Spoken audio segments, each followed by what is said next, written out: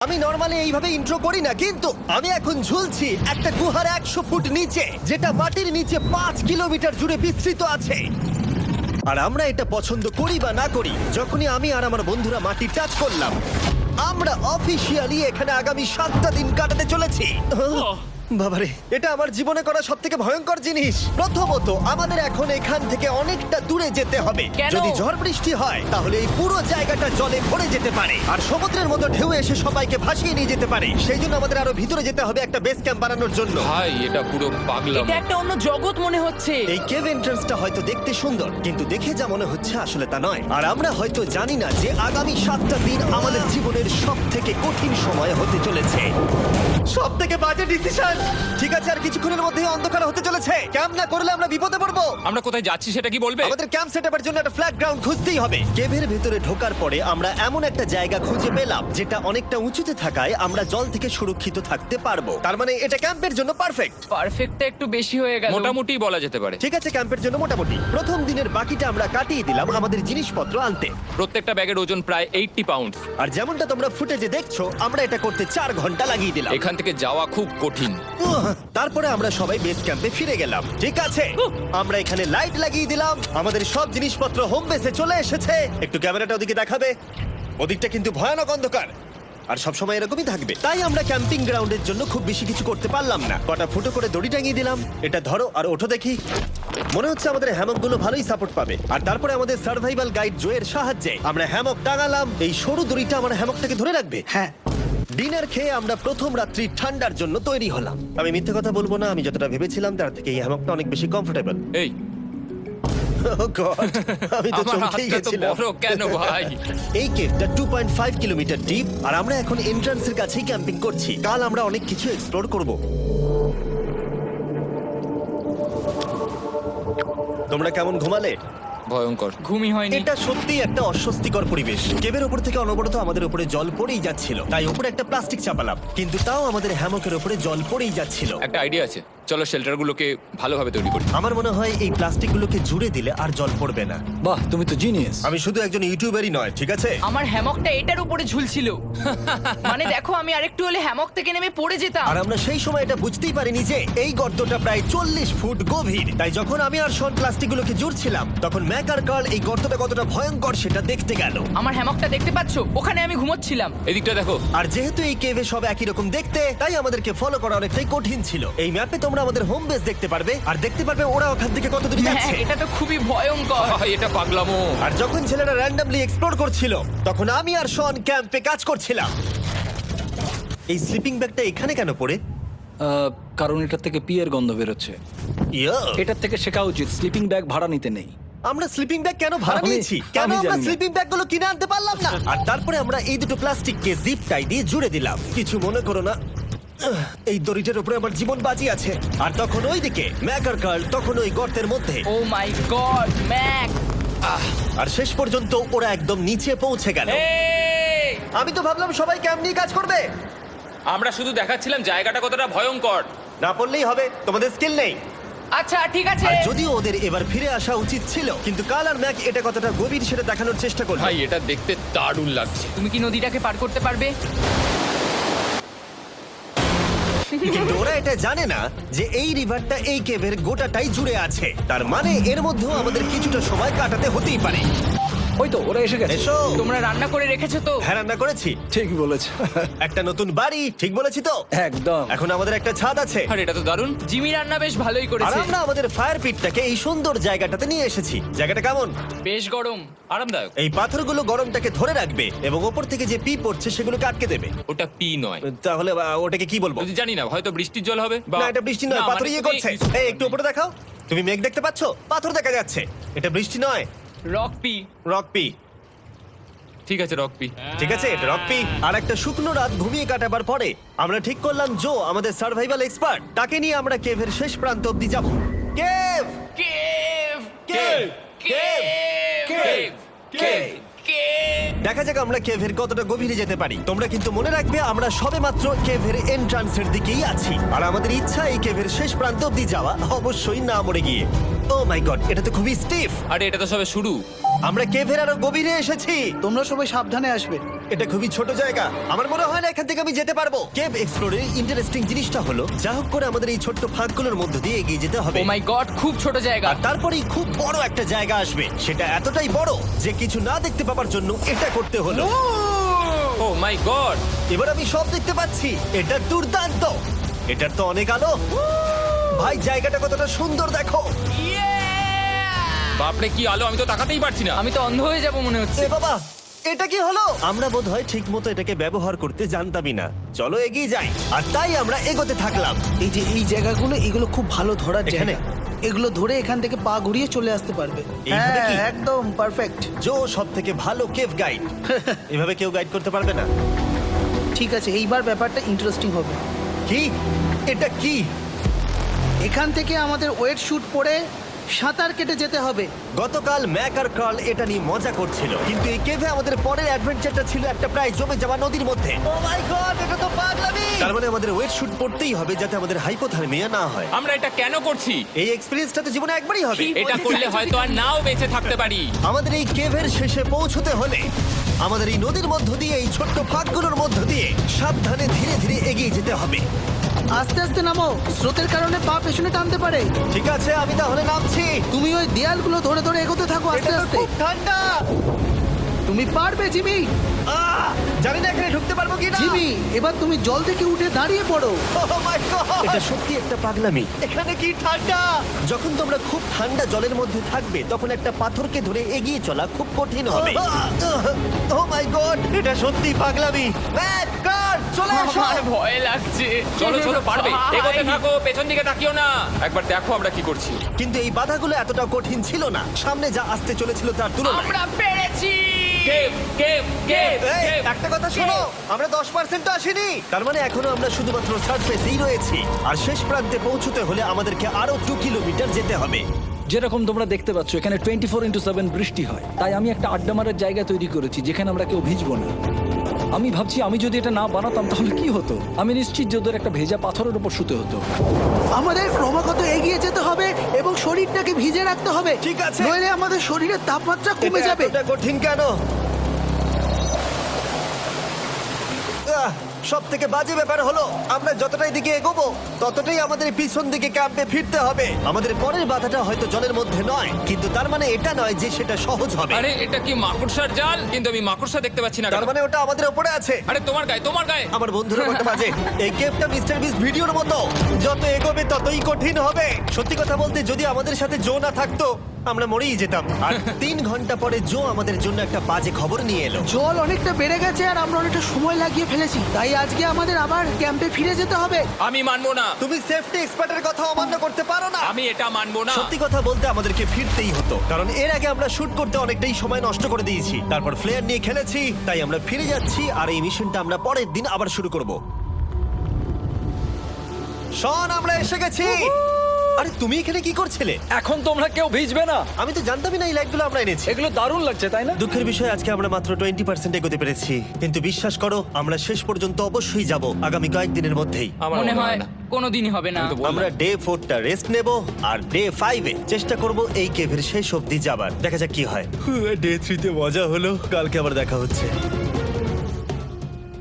আর কেভের ভিতরে 3টে খুব বাজে রাত কাটাবার পরে পরের দিন সকালে আমাদের মাথায় শুধু একটাই কথা আসছিল, আমার একটা হট শাওয়ার চাই, তবে আমি এখন একটু শান্তি পাবো। ও এখন শাওয়ার পেলে কিন্তু দারুণ হয়। আমি চান করিনি প্রায় 3-4 দিন হয়ে গেল। তোমরা নিশ্চয়ই জানো কেভের মধ্যে শাওয়ার করা সম্ভব নয়। আমাদের অনেকটা পথ হেঁটে সাবধানে আগের রিভার বেডের কাছে পৌঁছতে হলো। ও মাই গড!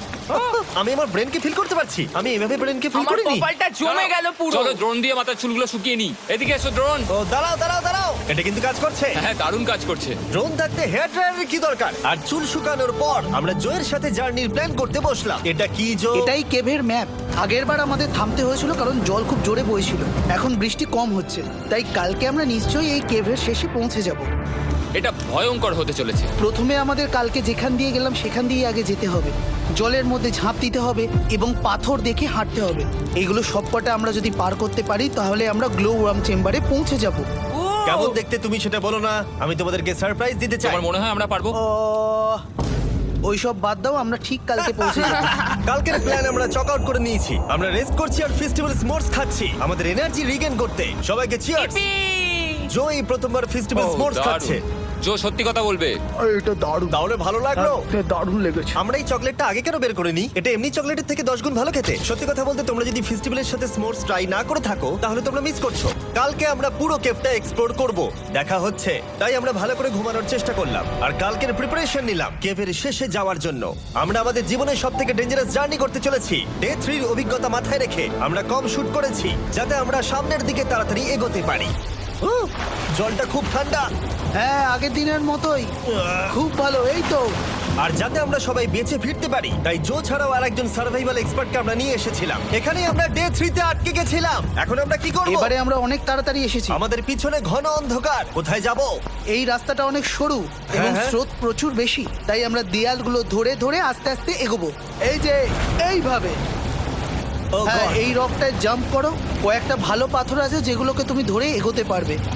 আরে এখানটা তো অনেক অন্ধকার। আমি আর পা পাচ্ছি না, আমি এখন মাটিতে আর পাই পাচ্ছি না। যেহেতু আমরা মাটিতে পা পাচ্ছিলাম না তার মানে যদি আমরা পাথর ছেড়ে দিই তাহলে এই জলের স্রোত আমাদেরকে ভাসিয়ে নিয়ে যেতে পারে। জো আমরা কি করব? আমি এটা ধরে এসেছি, তুমি এটা ঠিক আছে, ধরো। আমি তো দেখতেও পাচ্ছি না কোথায় যাচ্ছি। জো স্রোত আমাকে ভাসিয়ে নিয়ে চলে যাচ্ছে। আমি তুমি করবো কি করে? পারবে, পারবে। শুধু মুখটা এখান থেকে ঢুকিয়ে দাও, আমি হেল্প করছি। এখানে আমি ঢুকবো? হ্যাঁ, এই গর্তের মধ্যে। এই তো খুব ভালো। এটা আমার জীবনের সবথেকে বিপজ্জনক অ্যাডভেঞ্চার। আমরা এখন কেভের অনেক গভীরে চলে এসেছি আর এবার আমাদের সামনে প্রথম বড় বাধা। এখানে জলের একটা ঘূর্ণাবর্ত আছে, যদি তুমি এর মধ্যে পড়ে যাও তাহলে তোমাকে একদম নিচে নিয়ে চলে যাবে। মানে আমরা পড়ে গেলে মরে যেতে পারি। হ্যাঁ, মানে আমরা মৃত্যুর সাথে খেলা করছি। এটা এতটা বিপজ্জনক হতে পারে আমি সত্যিই ভাবিনি। খুব ভালো। এই তো। তাহলে কি আমার পা এখানে হ্যাঁ, রাখবো? রাখো রাখো। ঠিক আছে, এই তো আমি পেরেছি। এটা আমার ভাবনার থেকেও বেশি কঠিন ছিল। এই নদীটা কতটা শক্তিশালী এই গোটা কেভটাকে তৈরি করেছে। কিন্তু মজার ব্যাপার হলো আমরা পাথরের মতো শক্তিশালী নই। আমি শুধুমাত্র মানুষের মতোই শক্তিশালী। সৌভাগ্যবশত কাল এই অ্যাডভেঞ্চারে লিড করেনি, তার বদলে আমরা একজন অ্যাভেঞ্জার জোকে পেয়েছি। ও কতটা এক্সপার্ট তার প্রমাণ হিসেবে বলতে পারি। সে লিটারালি কতটা ওপর থেকে আমাদেরকে নদীতে ঝাঁপ দিয়ে দেখালো। ও মাই গড, এটা পাগলামি। কে বললো এটা পাগলামি? এটা তো আমার কাছে খুবই সহজ। আমি এটা করব। তুমি কোনোভাবেই এটা করতে পারবে না। আরে কি বলছোটা কি তুমি? আমি এক্ষুনি করতে চাই। চলো যাচ্ছি Joe. God speed back. Jimmy আমার সাথে যা যা করেছে তার কাছে এটা তো কিছুই নয়। 3, 2, 1।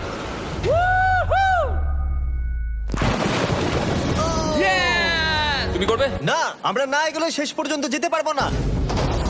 ও মাই গড, আমাদের নিচের দিকে যেতে হবে। আমরা সবসময় স্রোতের উল্টো দিকে কেন যাই? এখন শুধু আমি ভেসে ভেসেই যেতে পারবো, আর কিছু না। এই জলের তলায় অনেক ধারালো পাথর আছে, তোমরা সেগুলোকে দেখতে পাবে না, তাই সাবধানে পা ফেলবে। ও মাই গড, আবার এটা গভীর আরে হচ্ছে। আমার পা তো কিছুর উপরে রাখতে হবে। ছোট পাথরগুলোই একমাত্র বাধা ছিল না, মনে হচ্ছে আমাদের প্রতিটা পদক্ষেপে। ও ভাই, আমি কিচ্ছু দেখতে পাচ্ছি না। এটা খুব ভয়ঙ্কর। কেভটা আরো অন্ধকার হয়ে আসছিল এবং আরো সরু। আর তখন আমরা জানতাম না যে আমরা ফিনিশ লাইন অবধি পৌঁছতে পারবো কিনা। আমি ক্লান্ত হয়ে পড়েছি। এই কেভে আরো কঠিন বাধা আসার আগে তোমাদেরকে আমি কিছু দেখাতে চাইবো। জো, তোমার ব্যাগটা দাও। Thank you. তুমি জানো এর মধ্যে কি আছে? না, জানি না কি আছে। Brand new mister beast lab swamp. সত্যি কথা বলছি, গত 5 ঘন্টা ধরে যেহেতু আমি অনেক পরিশ্রম করেছি তাই কোনো মতেই এখন এটা আমি বলার মতো অবস্থায় নেই। তাই এটা শুট করার 1 মাস পরে আমি পুরো কেপ সেটটা তৈরি করলাম ফিউচার জিমি নেম ট্যাগ দিয়ে। তারপরে বললাম, হেই, আমি ফিউচার জিমি আর আমি এখন তোমাদেরকে বলবো brand new toy line of mister beast lab swamp সম্পর্কে। এটা একটা কালেক্টেবল টয় লাইন আর এখানে 119টা ইউনিক ডিজাইন ক্যারেক্টারও আছে যা তোমরা কালেক্ট করতে পারো। আর সবথেকে দারুণ ব্যাপারটা হলো কোন ক্যারেক্টারটা তুমি পেয়েছো সেটা জানতে হলে এই টিউবে ওয়াটার দিয়ে নাড়াতে হবে আর তোমার সোয়ামস তোমার সামনে চলে আসবে। আর আমি এটা ডেমনস্ট্রেট করতে এই বিশাল বড় টিউবটাকে বানিয়েছি। এই টিউবটাকে জল দিয়ে ভরে দাও। তোমাদের এত জলের দরকার নেই, এটা অনেক বড় বলে এত লাগছে। ঠিক আছে, এটা এখন জলে ভর্তি হয়ে গেছে। এবার এটাকে একটু নাড়াতে হবে। এটা কি আর নাড়াতে হ্যাঁ হবে? হ্যাঁ, অনেক নাড়ানো হয়ে গেছে। এবার জল ঢালো এখানে। জো ঢালছে। আর জল ঢালার পরে তোমরা দেখতে পাবে তোমরা কোন সোয়ামটা পেয়েছো। এটা সবথেকে রেয়ার হাইপোক্রোম, যেটা মাত্র 1000টা বানানো হয়েছে। জো, এটা তোমার। থ্যাংক ইউ সো এটা মাচ। চাই। আর এটা তোমার। কাল কি নেবে? আমার কাছে দুটোই ছিল। আর আমরা শুধু সোয়ামেই থেমে নেই, আমরা এই অ্যাকশন ফিগার প্যান্থার গুলো বানিয়েছি যেগুলো এই ব্রিফকেসে আছে। আর এই সোয়ার্মের মতো এই মিউটেটর যখন তোমরা কিনবে দেখতে পাবে এর ভেতরে কি আছে। কোথায় কিনবো? ভালো হয়েছে জিজ্ঞাসা করলে। মিস্টার বিস্ট ল্যাব টয়েস এখন তোমরা পৃথিবীর সব জায়গায় পেয়ে যাবে। এগুলো সব বেরিয়ে গেছে, তোমরা গিয়ে কিনে নাও। আর কেবের মধ্যে অনেক সমস্যা পেরোনোর পরে আমরা ফাইনালি পৌঁছে গেলাম গ্লো ওয়ার্ম চেম্বারে। ভাই এবার খুব ভালো লাগছে। ঠিক আছে টিম, তোমাদের গ্লো ওয়ার্ম চেম্বারে স্বাগত। এ তো দারুণ। এটা দারুণ লাগছে। ভাই এটা পৃথিবী মনে হচ্ছে না এখানে একদমই। যে আলো তোমরা দেখতে পাচ্ছ সেগুলো আসলে ছোট্ট ছোট্ট বায়োলুমিনেসেন্ট গ্লো ওয়ার্ম তৈরি করেছে। এটা দেখতে অনেকটা মিল্কি ওয়ে গ্যালাক্সির মতো লাগছে। ওয়াও! আর এই মুহূর্তটা, এই ভিউ, সত্যি বলতে এই ট্রেকের সমস্ত ক্লান্তি যেন দূর করে দিল। এখানে অবধি পৌঁছানো যেন সত্যি একটা অ্যাচিভমেন্ট ছিল। কিন্তু এখন আমাদের যাত্রা শেষ হয়নি, কারণ আমাদের এখান থেকে এখন বেস ক্যাম্পে ফিরতে হবে। আজকে ডে 6 হতে চলেছে, এখন ওরা আসেনি আর আমি খুব ক্লান্ত। আমার মনে হয় না আমি ভালো করে ঘুমোতে পারবো, ওদের জন্য খুব চিন্তা হচ্ছে। এই ট্রিপটা অনেকটাই সহজ ছিল কারণ আমরা স্রোতের সাথে ভেসে ভেসে যাচ্ছিলাম। আর যেহেতু তোমরা এই ট্রিপটা দেখেছো তাই আমরা এটাকে স্কিপ করলাম। কিন্তু সত্যি বলতে এই জার্নিটাও অনেকটা বেশি সময় নিল, কারণ আমরা ক্যাম্পে পৌঁছানোর আগেই 6 নম্বর দিন চলে এলো। শন, সবাই ঠিক আছে তো? আমার খুব চিন্তা হচ্ছিল। Happy day 6। ডে 6 খুব ভালো। এনার্জি বাড়াতে আমরা আগুনের উত্তাপ নিলাম এবং ফাইনালি আমরা কিছু খেতে পেলাম। এটা খুবই অ্যাডভেঞ্চারাস ডে ছিল। কালকে দেখা হচ্ছে, মানে আজকেই হয়তো। এটা হয় ডে কোনোদিন 6 হবে না। নাকি আজকে, না আমি জানি না। এত বড় ট্রেক সম্পূর্ণ করার পরে শারীরিকভাবে চূড়ান্ত ক্লান্ত হওয়া সত্ত্বেও জানি না কেন কিন্তু আমি একদমই ঘুমাতে পারছিলাম না।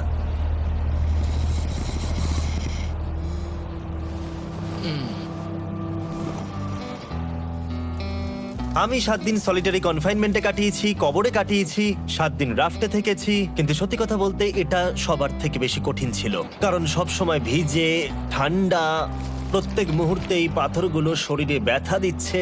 বেশিরভাগ সময়টাই এই কেপটা দুঃস্বপ্নের মতো ছিল। কিন্তু তোমার আর আমার মধ্যে জিমি! ইয়ো! গার্ড, আমাকে দেখতে পাচ্ছ? এটা পৃথিবীর সবথেকে উজ্জ্বল টর্চ। মজার মুহূর্ত অনেক ছিল। মাটির নিচে 300 ফুট গভীরে অভিযান চালানো থেকে আমাদের সবাই মিলে হ্যামক নিয়ে হাসাহাসি করা সবকিছুই এই অভিযানের অংশ ছিল। যেহেতু আমাদের সঙ্গ দারুণ, চলো তিমির মতো আওয়াজ করো। তাই এই ভিজে, ঠান্ডা, পাথুরে অদ্ভুত কেভের ট্রিপটা বদলে গেল আমাদের জীবনের সব থেকে সুন্দর মুহূর্তে।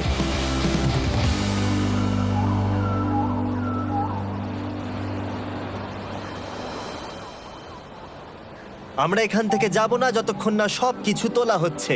আর আমি সবকিছু বলেছি মানে সবকিছুই।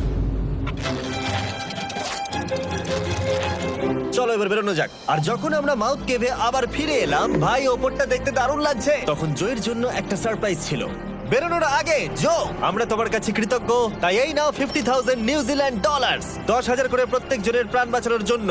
ও my god, thank you so much Jimmy. Thank you Joe. Love you, Joel! এবার আমাদের সব কাজ হয়ে গেছে, চলো বেরোনো যাক। 7টা দিন পরে আমরা ফাইনালি এখান থেকে বেরোচ্ছি।